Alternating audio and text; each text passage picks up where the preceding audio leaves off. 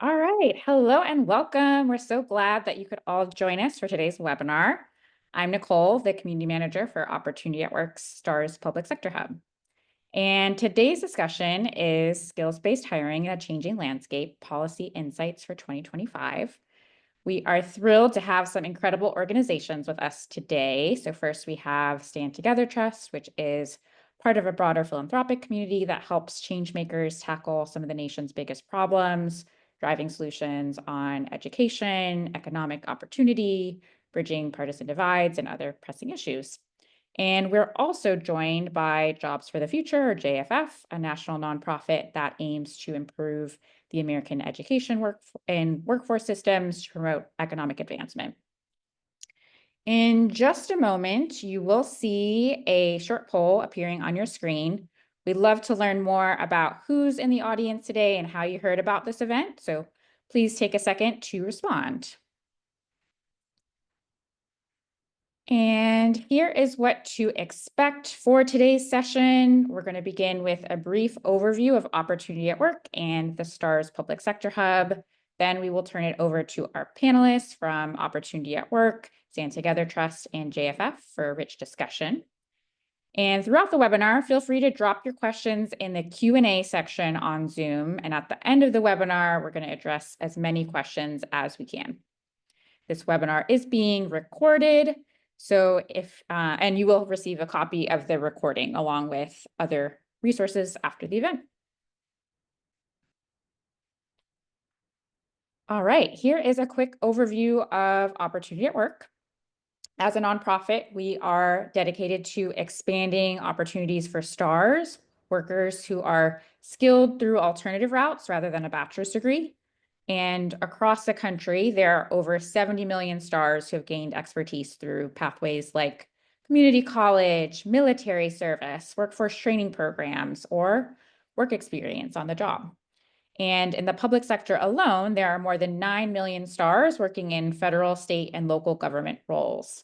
Of course, we're eager to see this number rise and support upward mobility for STARS in government through skills-first hiring strategies. And in 2024, we launched the STARS Public Sector Hub, which is a digital platform built specifically for public sector leaders at all levels of government. And the hub offers access to research, data insights, and storytelling tools designed to help advance skills-based practices and tap into STAR talent. But it's more than just a resource hub. It's also a collaborative space where public sector professionals can share strategies and learn from one another. So if you are not a member yet, joining is completely free for public sector employees. It gives you access to our tools and events. You can simply scan the QR code on your screen. You'll also get a link in your follow-up email. For those outside of government, nonprofits can also engage as partners. You can complete an interest form on our website. All right. So now I'll be handing it over to my colleague, Dr. Jenna Rosen, who's going to kick off the discussion and tee up our panelists, who are Taylor Mag with JFF and Dr. Steve Taylor with Stand Together Trust. Jenna, over to you. Thank you, Nicole, and thank you everyone for joining us today. As Nicole said, I'm Jenna Rosen. I'm the Senior Manager of Policy at Opportunity at Work, supporting our public sector hub and all of our efforts as we advance skills-first strategies in the labor market. The November elections brought in a new administration, a new Congress, and a new opportunity to address skills-first hiring in the labor market. At Opportunity at Work, we use the opportunity of the election to work with our partners at America Forward to recommend a set of policy actions for the new administration to support STARS and skills-based hiring. These included, first, introducing an Office of Skills-Based Hiring within the Office of Personnel Management. This office would be tasked with developing and implementing innovative strategies to advance skills-based hiring and transform workforce development nationwide. By investing in implementation and convening stakeholders on the implementation of skills-based talent strategies, we can accelerate lessons learned and the scaling of implementation efforts. Our second ask was to issue an executive order removing unnecessary degree requirements from the federal procurement process. This would incentivize contractors to adopt skills-based talent strategies and eliminate agency-imposed barriers. This crucial step would allow federal contractors to align with organizations already embracing skills-based hiring, expand the talent pool to include millions of STAR employees, and create essential pathways to economic opportunity for underrepresented candidates. Since the election and inauguration, we've seen a flurry of policy actions that greatly affect workforce development.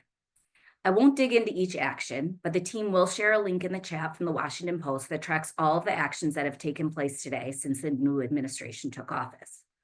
What we want to do is spend the next hour discussing the opportunities that we see available given the new political climate.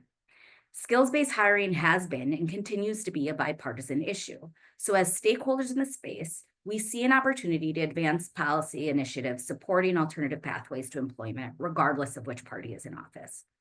At Opportunity at Work, we are putting together a policy agenda that continues to ask for the removal of degree requirements in the public sector and advocates on other policies that can improve the job mobility and opportunity available to STARs. How we approach this work in this new political climate may change, and I'm honored to have two phenomenal thought partners here with us today who are just as dedicated to skills-based hiring as I am. I won't read their complete bio, could take the whole hour, but to give you a small glimpse into why I'm so excited to have them join us today, I'll take a moment to introduce them. As mentioned, first we have Dr. Stephen Taylor, the Director and Senior Fellow for Future of Work at Stand Together Trust. Here he leads investment and partnership strategies, builds issue-focused coalitions, and works to educate policymakers on reforms that empower individuals to develop their skills, pursue meaningful careers, and contribute to society.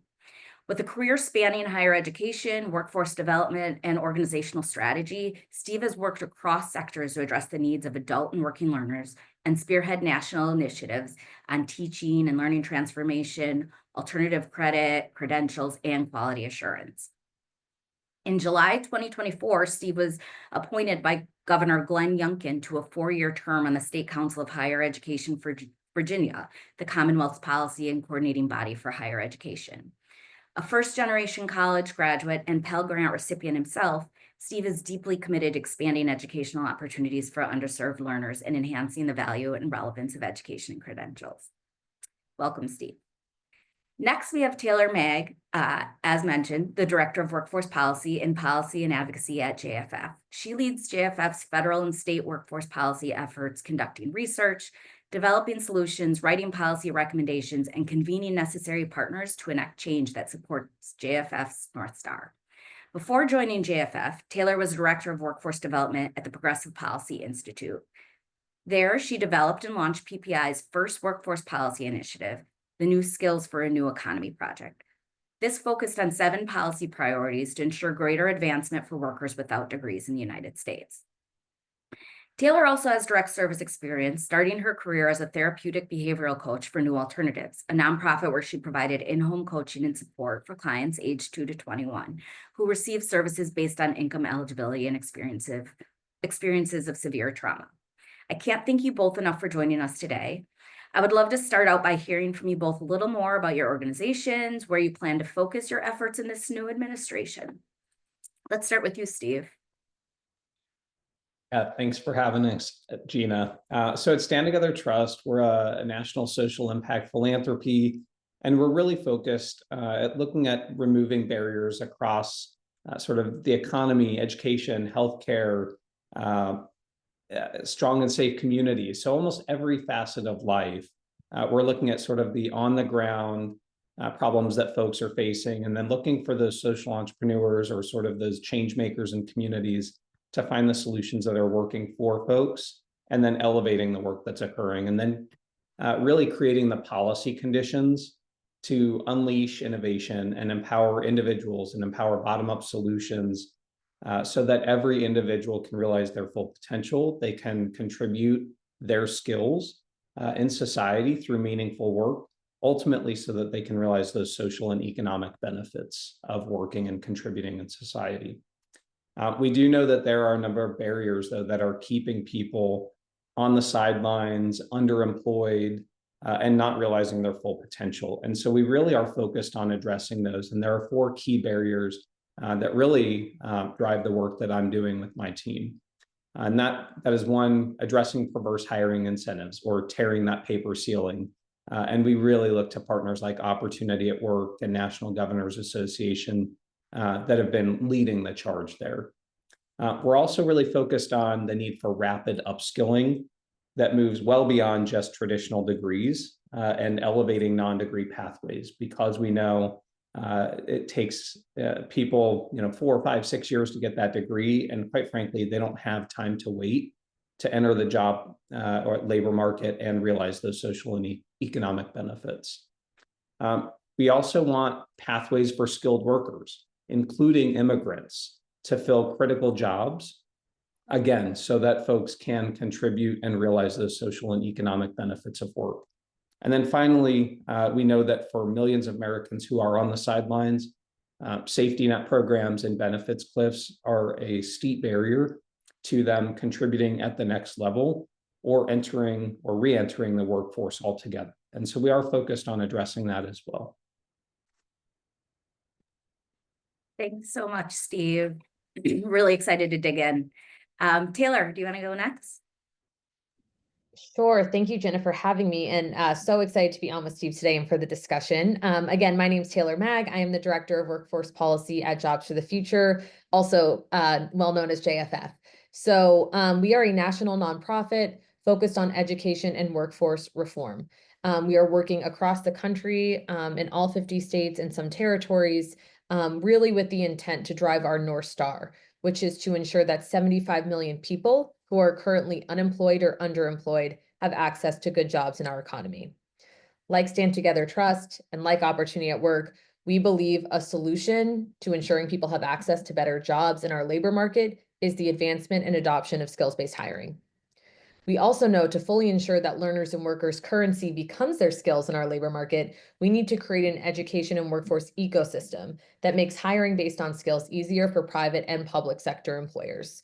And that means really looking at reforming education and workforce public systems across the country in states and on the ground. This is one of the reasons why last year JFF's policy team launched our No Dead Ends policy agenda. The agenda seeks to do what it sounds, which is remove dead ends for learners and workers across our systems and in our economy. The agenda is built on evidence of what works on the ground and pushes the envelope to push forward bolder innovation in policy discourse at the national and state level. I will also just add that while I'm representing our policy team here today, that on the ground work I'm discussing is the majority of work that JFF does, with teams working directly with state and local leaders to implement these best practices and some of the ideas Steve, Jen, and I will be talking about today. We really believe that that practice-informed policy work creates concrete steps that federal and state leaders can take towards reimagining our education and workforce systems so that there are no dead ends to economic advancement. I think advancing skills-based initiatives is a major through line of this work, and you can see it come out very clearly in our agenda. I'm excited to share more about some of the specifics recommendations we have to get to this ideal system we seek, and excited to discuss more in our conversation today. Thank you so much, Taylor. You both have kind of dangled a few really exciting ideas and topics out for us all. But as we approach this new administration, we have seen that they have previously signaled their support of skills-based hiring through a number of actions. In June 2020, we saw the Trump administration then issue an executive order that removed degree requirements from the majority of federal jobs. What is the possibility that you both think we will see more actions carried out by the Trump administration that continue skills-based hiring in the public sector, especially when we see that DOGE has been focused on reducing the size, scope, and influence of the federal government? Start with you, Steve. Sure. Yeah. Thanks for the question, Jenna. So I do think it is very important, as you've done, to call out that even before states really were carrying the mantle on public sector hiring reform and removing degree requirements, that the first Trump administration was really leading out the gate. And so I think that we will continue to see a push to dismantle some of those historical structures around degree requirements that did create the perverse sort of incentives in the system. Whether we consider that part of a DOGE effort or a government reform effort, I think that that will continue.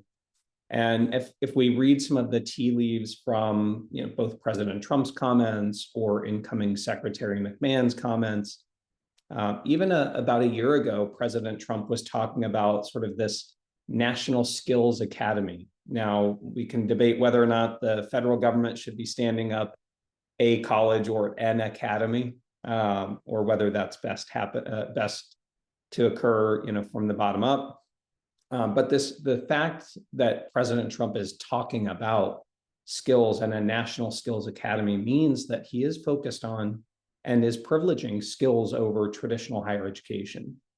We also see, both prior to her confirmation hearing and during the confirmation hearing, Secretary McMahon talking about career and technical education, apprenticeships, and sort of these other ways to win and get the skills that you need to succeed in the labor market. And so while there is a federal effort to right size the role, the scope, the influence of the federal government, and return a lot of that decision-making power, funding, and influence to states, I do think that using the federal bully pulpit, we can see President Trump and or Secretary McMahon use that bully pulpit to lift up states, lift up what they're doing, and lift up skills-based hiring as an opportunity to reform government.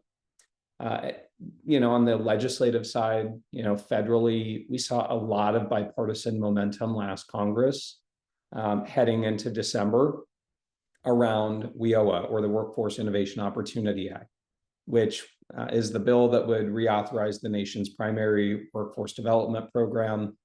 And in that bill, there was support for states and local workforce boards to help the private sector implement skills-based hiring policies and practices. And so I think that momentum, the movement around skills-based hiring, continues.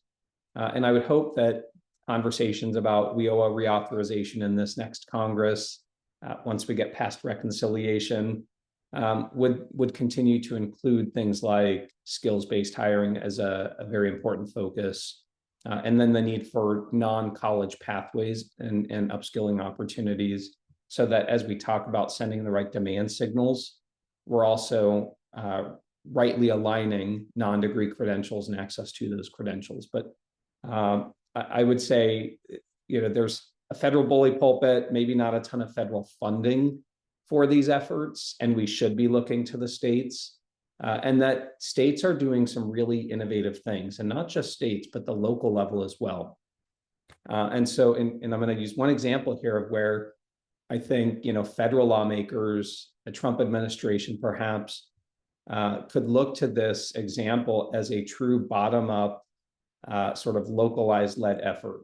So in Denver, there's something called the Prosperity Denver Fund.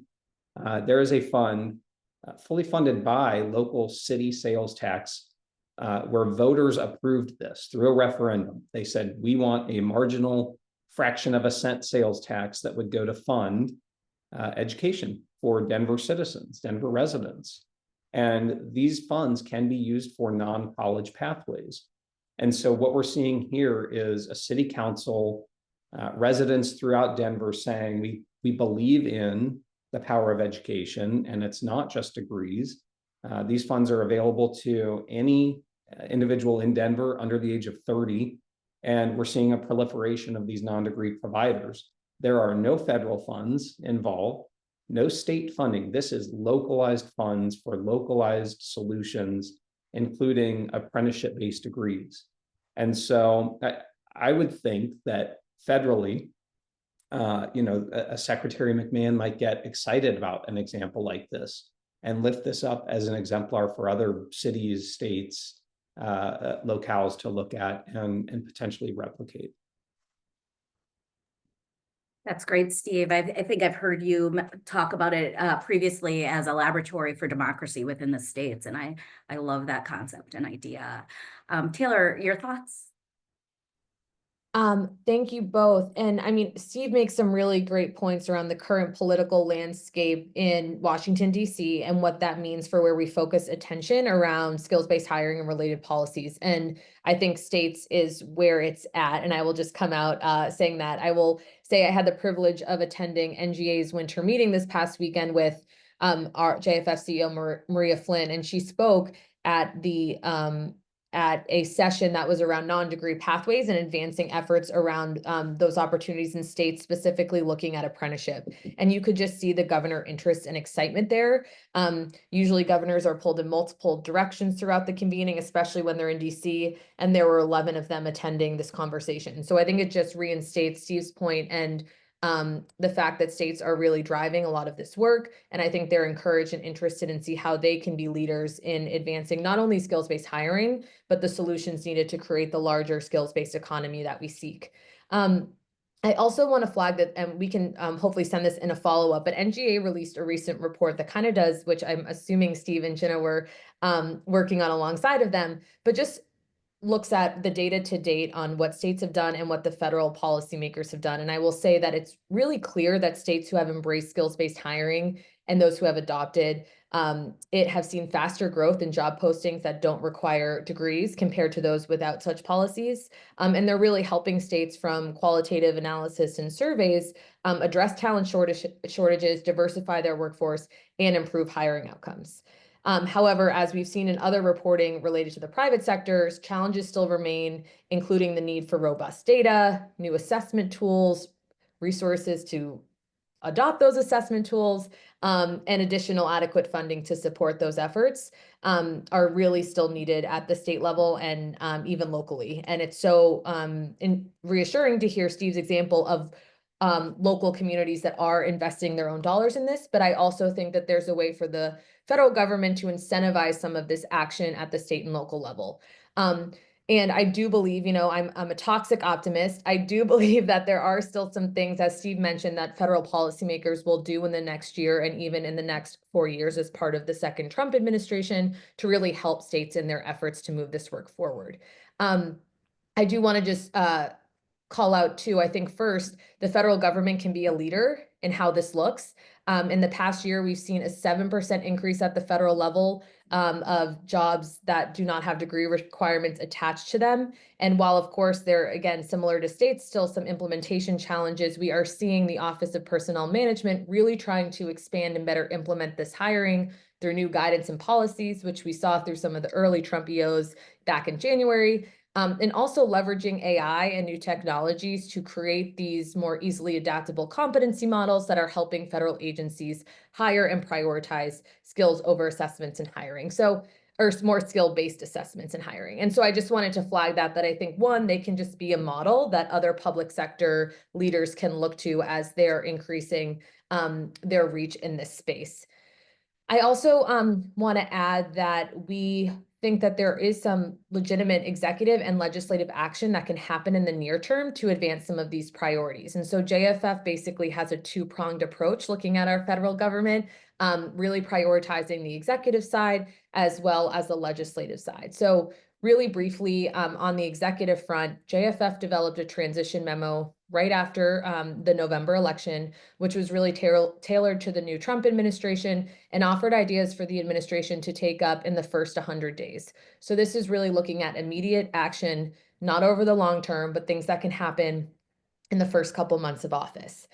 Major highlights in the transition memo that I still think we're kind of fighting for as the first couple months continue to move forward is, again, continuing this support for skills-based hiring, which I think we've all talked about and have already seen. But also, I think, Steve, you mentioned this, but better ways that the federal government can support employers themselves. So whether that is through the White House, Commerce, or Department of Labor, or even creating an interagency working group with some really strong impact employers that are creating advising strategies to help move the needle in this space. And I think that could be really attractive, especially in engaging small and mid-sized employers, where often they don't have the capacity to implement this as easily and seamlessly as other organizations with larger HR departments. So I think kind of the bully pulpit idea, Steve, of really bringing the leadership together to advance best practice and help bring others along, I think will be a really critical role for this administration to take. And to Steve's point too, not only was it promising to hear from Secretary McMahon during her hearing, but also Secretary Chavez-DeRemer, who would be the Secretary of Department of Labor, similarly had really promising things to say about skills-based hiring, the role of the Department of Labor, and also how she wants the department to advance other skills-based efforts. That includes, which is other priorities of JFF, is scaling employer-based education and training models. So ensuring that the education and training we give to individuals across the country is really aligned to in-demand careers, ensuring that it leads to strong labor market outcomes for individuals and that those skills match accordingly with the jobs that are open in today's economy.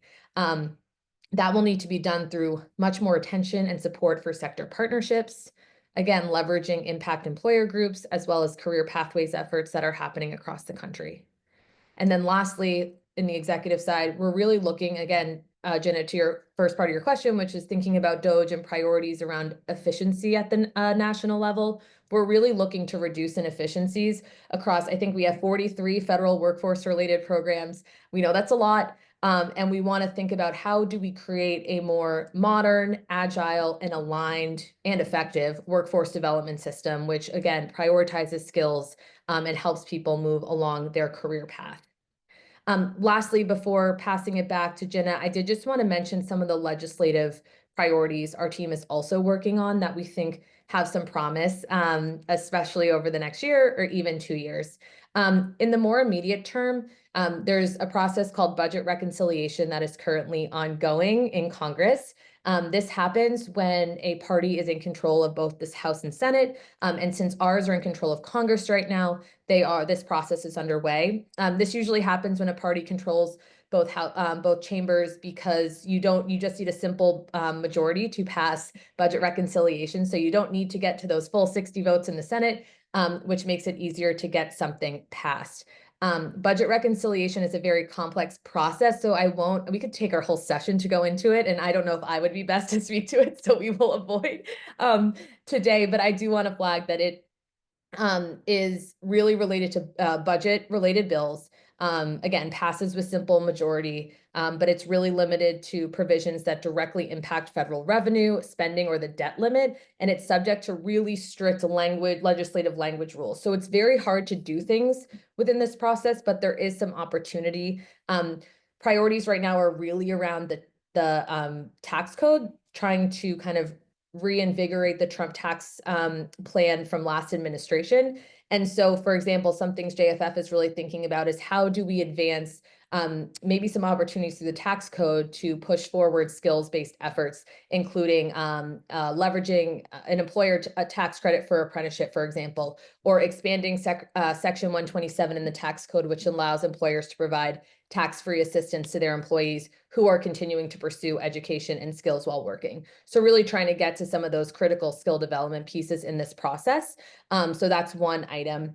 The second is appropriations. I will say that, as Steve mentioned, I think funding is going to be an interesting discussion at the federal level right now, because obviously they're looking to cut overspending at the national level and really think about what's working, what's not. And so I think the appropriations conversations are going to be much harder to get, robust resources for some of the things we're talking about.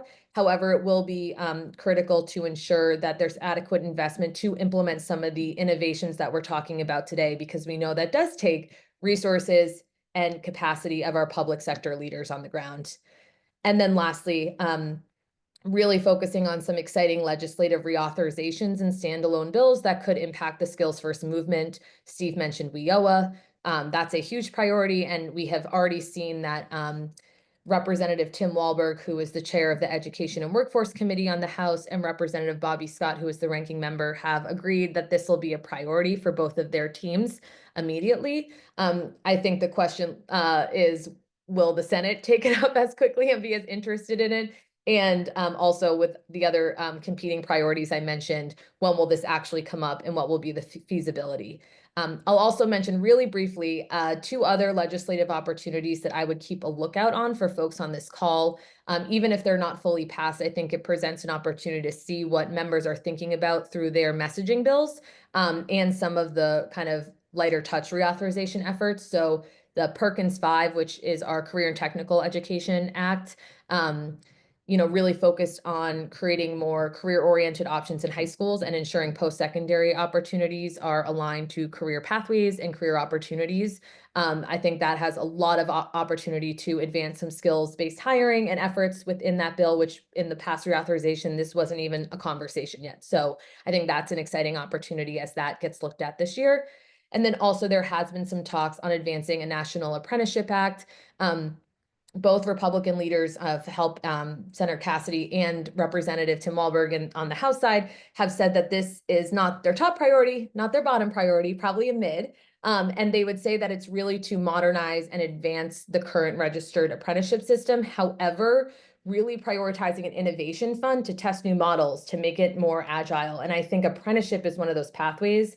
Jenna and Steve can attest this, that I think actually would really help advance a lot of the skills-based hiring and some of the other efforts that we want to see, because it really has those skills and competencies embedded already in the pathway, making it much easier for employers that offer apprenticeship to totally understand what their employees, the skills that they have. So do just want to flag a few of the other ferns in the fire at the national level. Again, feasibility might not be high, but it's worth noting and discussing and figuring out some of the priorities that should be shared with our federal leaders as they undertake this effort. Thanks so much, Taylor. Given a lot to think about. In particular, I know a lot of people have been thinking about WIOA. You both mentioned WIOA reauthorization. We saw at the end of the year, a bipartisan proposal did reach the House and Senate. Many in the workforce development space touted it as a win for workers and our economy. What are your thoughts on the legislation? And do you think it's really a possibility to be brought to the floor and passed this year in Congress? Taylor? Well, Steve, I would love Steve's thoughts too. Again, I might be overly optimistic about this. I feel like Congress needs some sort of win. And I think if there was going to be anything that passes in the current climate, it's a WIOA reauthorization.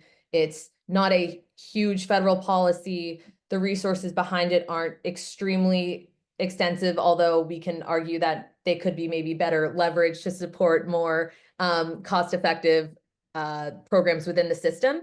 So I think it is kind of a lower lift.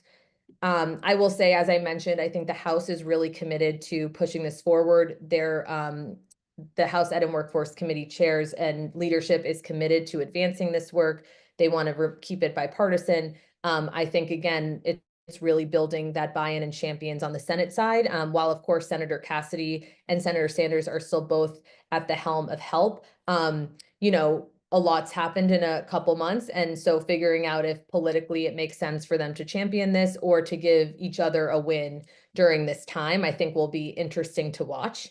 That being said, I will just quickly add that I was really, it was really great to see in the Representative Chavez-DeRemer hearing around Secretary of Labor that when asked about WIOA, she explicitly said that that is a priority for this administration and that they look forward to working with Congress to create a bipartisan solution to that bill. And again, she also mentioned expanding apprenticeship and ways that Department of Labor can be an asset to Congress and a leader in kind of streamlining the system, making these skills-based opportunities easier. And I think really importantly, partnering with other agencies to kind of reduce duplication, figure out what's working and what's not. And then last thing I'll say on this, and obviously happy to go through some more of the priorities within WIOA that I think would be really helpful to this network and folks on this call really related to skills, is Steve and Jenna mentioned data. And I think to really create this skills-based economy we want to see, and even just skills-based hiring, we need better data on the skills individuals have, as well as the skills that are relevant in our changing economy. And while maybe the data exists, it's not transparent or we don't always have access to it. And one of the things that I was really impressed with this WIOA bill that was almost passed at the end of last year was the emphasis on understanding outcomes of the system, ensuring education and training providers were yielding the outcomes we want to see, and ensuring employers were part of that solution and that states were on the hook to creating these longitudinal data systems to track people's success throughout their career. So I think that's a really key piece to this puzzle. And I know rarely do states or even locals have the capacity or resources to create those state data systems, but I think that's should be a priority moving into this year and for years to come. Steve, any thoughts? And especially, do you imagine that it would look the same as it did in December in that agreement? Or do you expect that the new administration would want some changes given their priorities?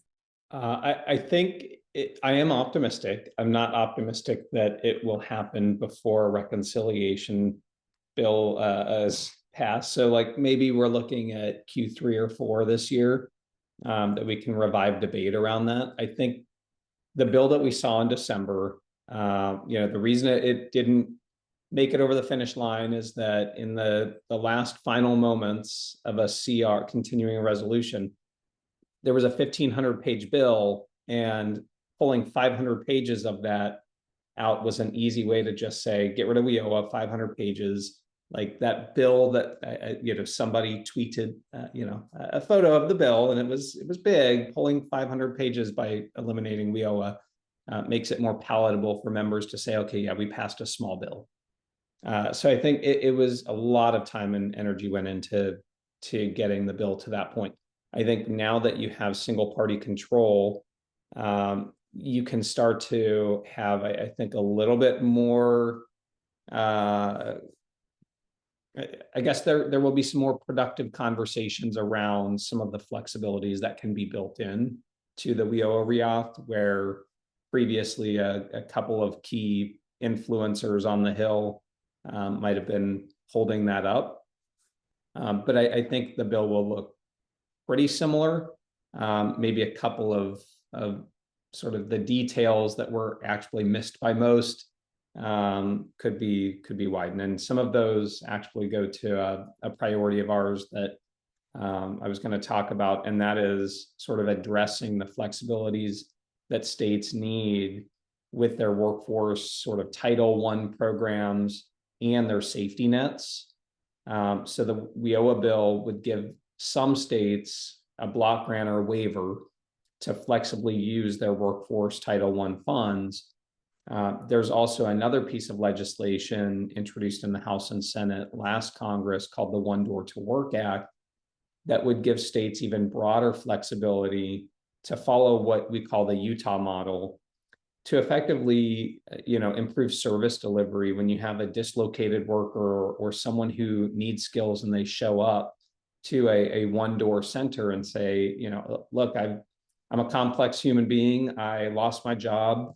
I've got 3 kids. We're living in our car, whatever it may be. You've got one person who can look at you holistically and help you on that path towards self-sufficiency, get the skills, get the safety nets you need, all with an idea that we're helping you, sort of get up and then out so that you can realize those full economic and social benefits of self-sufficiency. So One Door to Work Act is something that we're certainly following as well.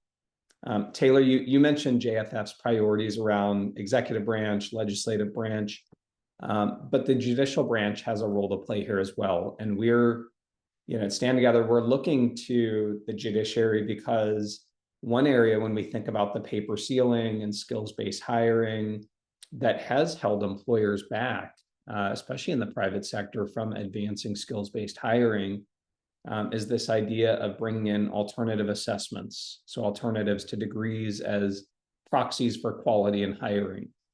And sort of the idea that disparate impact and sort of the case law around disparate impact and EEOC decisions around disparate impact are such that employers sort of fear adopting a new alternative assessment. So degrees have been the safe proxy for quality. But we take the view that requiring degrees for jobs actually creates disparate impact. If you are requiring a degree, that actually creates disparate impact for that person who doesn't have the degree but has the skills to compete.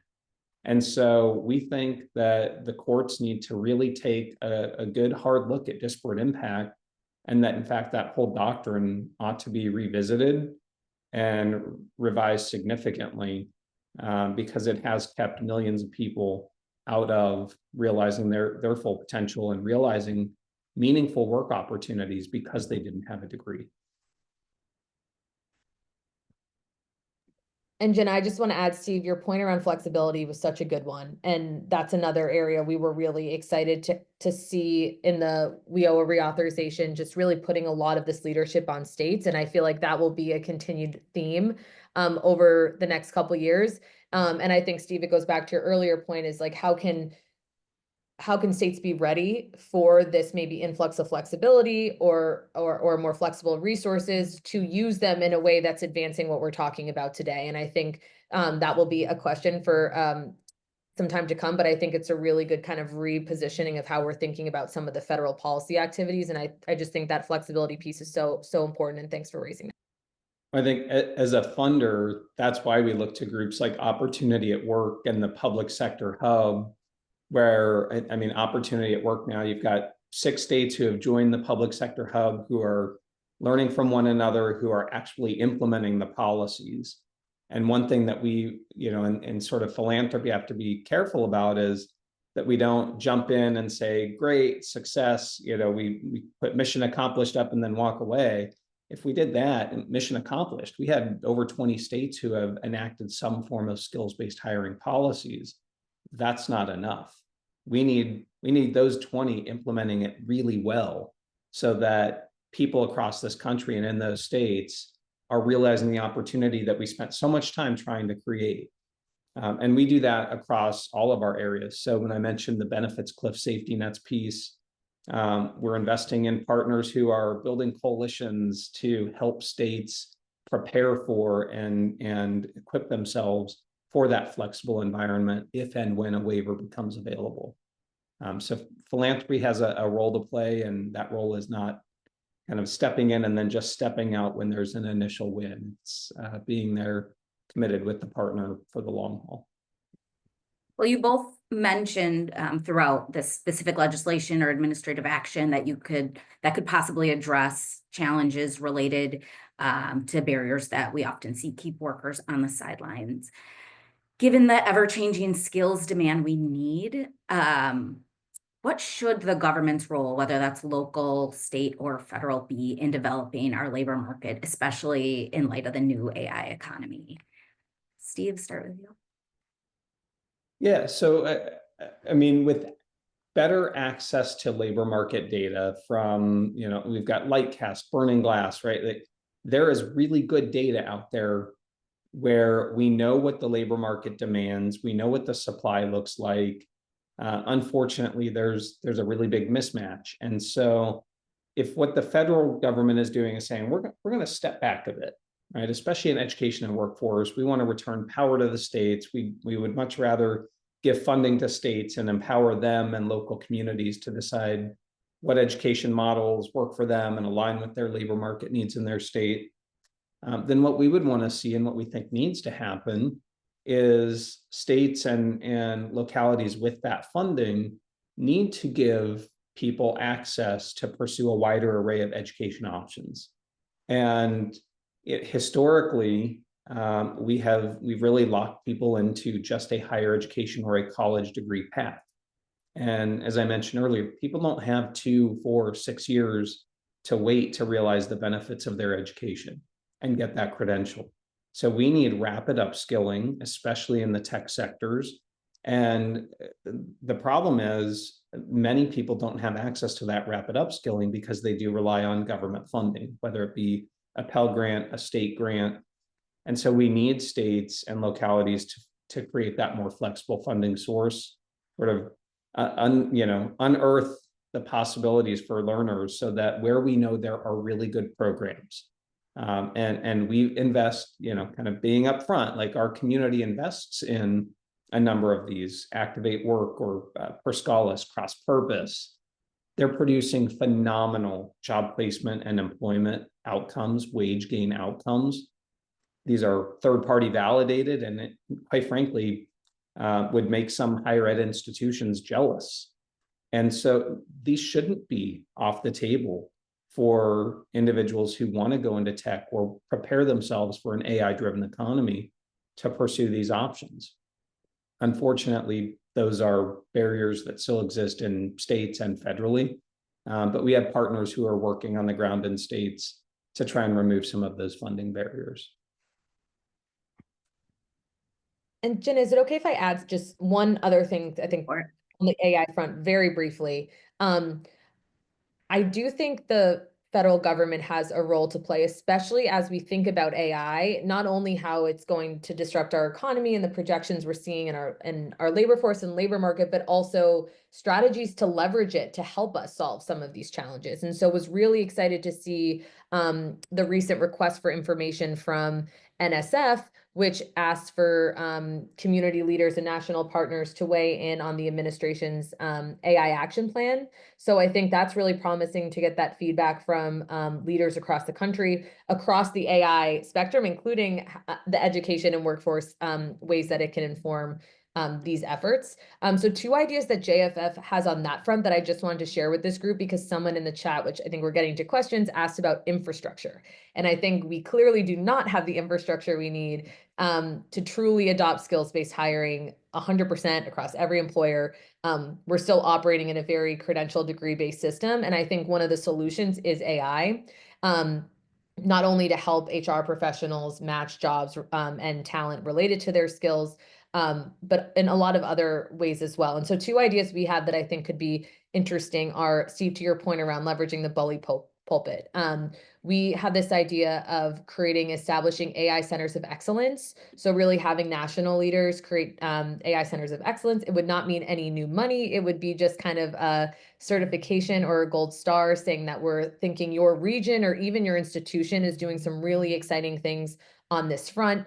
We could see them going to community colleges that are really undertaking AI efforts, whether it's to skill their students in relevant AI related skill sets or leveraging AI to do that. And it could be a lot of different things, but we think that could be a way to kind of get people excited about it and designate maybe communities and places that don't get as much attention already, give them a shout out and get them motivated and continue their work.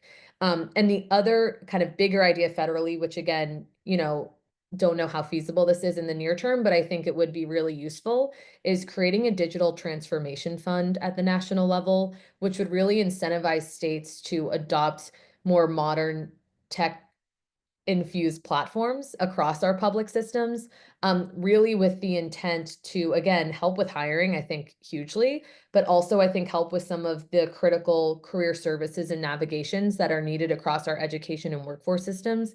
We're seeing some states do that on their own, like not to always talk about Colorado, but they have My Colorado Journey, which is a really cool statewide career navigation tool that's applicable to all regions across the state. But how could we kind of create more of those types of platforms and again, really leverage and use AI. But again, that's like maybe one of the last items on states' lists with all of their other competing priorities. And so thinking about how federal leaders can incentivize that modernization, that agility, and that tech advancement across the education and workforce sector.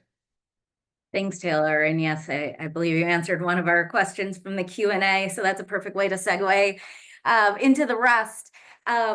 We received one question asking to help clarify how skills-based hiring is a priority for this administration and not confusing how this does indeed open pathways for local and diverse talent from more of an impoverished background, since it's often getting confused between people who are concerned that DEI hiring is illegal now. The person is hoping that the apprenticeship and alternative pathways are still a strong purpose and priority. Steve, do you want to respond? Yeah, so I think on the DEI question, again, I'm not in the administration. I don't know what those conversations are like, but reading the tea leaves, from what I know and what I've kind of seen and read and heard, I think the DEI and skills-based hiring, like if there really is just a focus on skills and the skills become colorblind, background blind, and it's really just focused on, do you have the ABC 1, 2, 3 skills matched to the job? Think almost a world in which you remove a name and a pedigree of a college that you went to or a zip code and neighborhood that you live in, and if it's truly just about skills, which is where I think we should be moving toward, is about skills, not pedigree and not personal information. Then I think it is a sort of an equal opportunity focus, because skills are a way to equalize or level the playing field. Get rid of degrees and pedigree. That is a critical way that you level or equalize the playing field around opportunity for folks to get in the door and then prove themselves and succeed in the role. So I think, we're not calling it DEI. We're dancing around this, but skills as currency are an equitable way to look at and consider somebody and their readiness to perform in the job. Taylor, any final thoughts there? Great. Well, would love to hear from you both. I know at Opportunity at Work, we've been studying this a lot on our insights team, but have you, either of you, seen any outcome data about states actually hiring folks without a degree versus just putting the postings up? Any progress there that you could speak to? Well, so, this is part of why we're investing in Opportunity at Work and NGA, because we need this data for the movement to sustain and grow. I think a lot of folks, naysayers, traditionalists, and maybe the higher ed space who have an interest in making sure degrees remain currency, they're looking to be able to say, look, the data doesn't bear out that the movement is working, or hiring just isn't occurring. So I'm hopeful that by the end of 2025, we'll have better, stronger data. And it may just be that it's a handful of states. Maybe it's the 6 that are in the public sector hub now, because the early data that we had from Maryland, where they could say, in certain positions, customer service, management, IT, there was a 41% year-over-year increase in hires without degrees. But that 41% was, again, just year one. We're not talking about hundreds and hundreds of job applicants. We're talking about single digits, maybe a dozen or so. So, that's not translatable for the movement. But I think if we can't show really credible data and movement by the end of this year, then we do face sort of a moment where, sort of the adoption curve drops dramatically. Yeah, and just to add on, as Steve mentioned, Opportunity at Work is doing a lot to try to collect as much data as we can. It's not always easy, especially getting administrative data from states. They don't even know what to collect all the time. I think one of the things that we're really grateful for with the Public Sector Hub is the cohort of 6 states that we have. Through that partnership, we have entered into a data agreement with them where we can start to assess and see where have the changes been made. Steve mentioned Maryland. After our work in Maryland, we've been working with them on a continuous basis to do the same thing, see where their numbers are at. Are they actually making progress?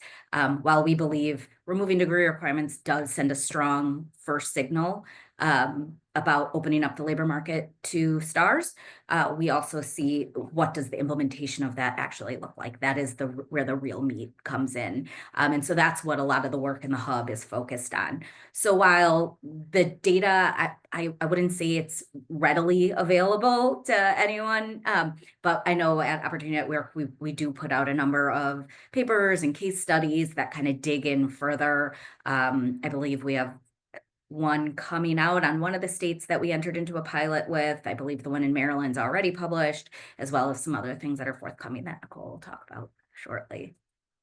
Jenna, can I add one more thing? Yeah, absolutely. I also think everything you all said, and I'm so excited for that data come out in the 6 states you're working with, because I think that would be really helpful. I also feel like this challenge isn't just at on the public sector side, as we've seen, and happy to share this as follow-up. Burning Glass did a report on the employers who made these large commitments to skills-based hiring, large employers, a lot of resources, huge HR departments, and it really varied looking across the employers that did that to see who they actually hired without degrees. And so I think, part of it is getting the data, part of it is, making sure that the culture really is shifted and the individuals in these HR roles understand also, because you can see someone in a C-suite saying, yeah, let's do it. We can make this commitment, but obviously the implementation is much more complex and difficult. And so really, I want to go back to just that infrastructure point really quickly, because even with the data, and even if you like are able to determine how many people you hired that didn't have degrees, like our systems right now are really set up to promote the degree as this, the credential that shows you have all the skills that makes you relevant and a good candidate for this job. And so I think we need to go even deeper beyond the data discussion to really figure out solutions in K-12 education, in our public education and post-secondary workforce systems. How are we advancing skills-based practices, whether it's through ensuring that, your academic curriculum is directly aligned to your career experiences, so you truly understand how those are matched and inform each other. How are you signaling that your prior learning and experiences can be shared with jobs? I know there's a ton of work that you both are doing on this around veterans, but we have so many leaders in our military who become civilians after their time in serving our country, and they have all of these skills and very extreme and high quality skill sets, yet aren't able to find strong employment. And so how are we helping people who we know have these skills better market it, better translate it, and then also ensure that the employers, whether public or private, are able to also translate and understand it? Last thing I'll say, I'm also very excited about some of the conversations happening around learning and employment records and digital skill wallets. See a lot of exciting work happening in Alabama on ways that people can kind of carry their skills with them throughout their career, have an easier, more accessible way to showcase those skills, and then also make sure that language is shared across employers and, again, the public sector entities that individuals are interacting with. So there's a lot of work to be done there. And obviously, like, hearing that out loud, it sounds very overwhelming, but we're seeing really exciting innovations in states. And I think federally, we're seeing people start to like pick up on those successes and interests, and hopefully we'll see broader adoption and scale. Thank you both. So we're coming up on time here, and I see there's a lot more questions in the Q&A. So we'll try to get you all answers in our follow-up email because there's some important things coming through. But I wanted to give both our panelists one last chance in a minute or so to share what makes you hopeful given the time we're in and where we're going. Taylor, start with you. I mean, I'm just hopeful of there's bipartisan energy around this issue. Again, being around governors this weekend and hearing them speak to not only skills-based hiring, but just like skills-based efforts at large was just very motivating. And there's so much exciting work happening in states. And I think the ways that we can continue to support that work. And then I also think there are still a lot of champions at the federal level through this administration and in Congress that want to see good work happen. And so I'm looking forward to partnering with Steve and Jenna and other organizations to inform those efforts. And so it does lead for a greater impact across the country. Thank Yeah. you. And as somebody who was sort of an AI skeptic and late AI adopter, I actually think AI and the rapid pace of change that AI is driving is a bright spot, because as you think about folks, whether you're hiring managers, if you're, Gen Z, my generation, like not Gen Z, sorry, Gen X. I wish I was Gen Z. But we're looking at Gen Zers coming into the workplace. It's like, these are digital natives. They are most apt to understand, learn, navigate this change with AI and the new technologies. And it's not going to be through a degree. So I think the rapid pace of change, the declining, half-life of skills means that we have to adopt a new skills mentality and a non-degree mentality. So that to me is a bright spot, and I'm hopeful for that. Well, thank you both so much for joining us today. I look forward to digging in more in the days and weeks to come. And I'll turn it over to Nicole with some final words. Yes, as we wrap up, also want to extend a huge thank you to Jenna, Steve, Taylor for sharing expertise today. Also, thank you to everyone in the audience for attending, engaging, and bringing your thoughtful questions to the conversation. Tomorrow, you're going to receive a follow-up email with the webinar recording and additional resources. Keep an eye out for details about the state of the paper ceiling. We have a new report launching in April, and the report highlights data-driven insights and real-world examples of how organizations are adopting skills-first strategies to create economic mobility for STARS. And this includes learnings from our STARS Public Sector Hub partners. So we invite you to join us. We have a virtual launch event on April 24th. And again, we hope today's discussion was insightful. We'd love your feedback. Please take a moment to complete the post-webinar survey. And we look forward to seeing you at future events. Have a great rest of your day.